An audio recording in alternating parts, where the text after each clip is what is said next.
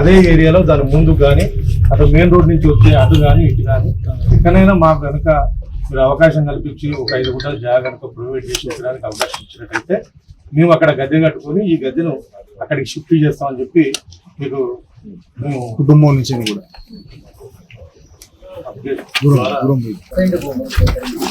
Private market జరగచ్చేసి land సేకరించడం అది ప్రభుత్వ భూమి మీరు చేస్తున్న లెక్కైనా మేము చెప్తున్న లెక్క.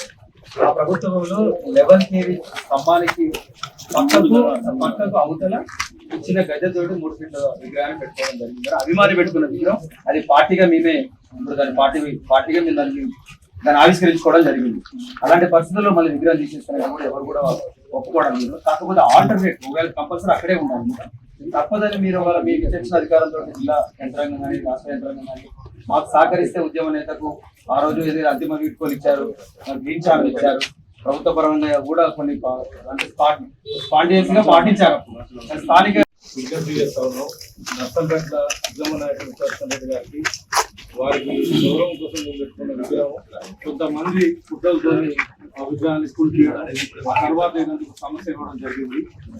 ఒకవేళ ఆ విగ్రహాన్ని కనుక మీరు మంచి వాతావరణంలో మాకు ఎక్కడన్నా ప్రొవైడ్ చేసినట్టయితే మేము ముందు ఆ ఏరియాలో ఆపరేట్ చేసుకుని పోదామని చెప్తా ఉన్నాం. అది కనుక మీరు పట్టించుకోకుండా మనోళ్ళు కనుక విగ్రహం తీసేసినట్టయితే మేము అందరం ఇలా నర్సంపేట బీఆర్ఎస్ పార్టీ నియోజకవర్గంలో ఉన్నప్పటికీ ఆయన ఉద్యమంలో పనిచేసిండు. ఆయనతో ఉద్యమ నాయకులు ఈ జిల్లాల నుంచి రాష్ట్రం దాకా వేలాది మంది ఉన్నారు. మనం తెలియకుండానే నర్సంపేటకు వచ్చి వాళ్ళు ఎన్నో విధాలుగా మరి కార్యకలాపాలు చేపడతారు సార్. అది లాండ్ ఆర్డర్ ప్రాబ్లం అవుతుంది. దయచేసి మమ్మల్ని రిస్క్ లో పెట్టకుండా మీరు రిస్క్ లో పడకుండా ఆయనకు న్యాయం చేయాలని చెప్పి మీ పత్రిక అందరి ముందు కోరుకుంటున్నాం.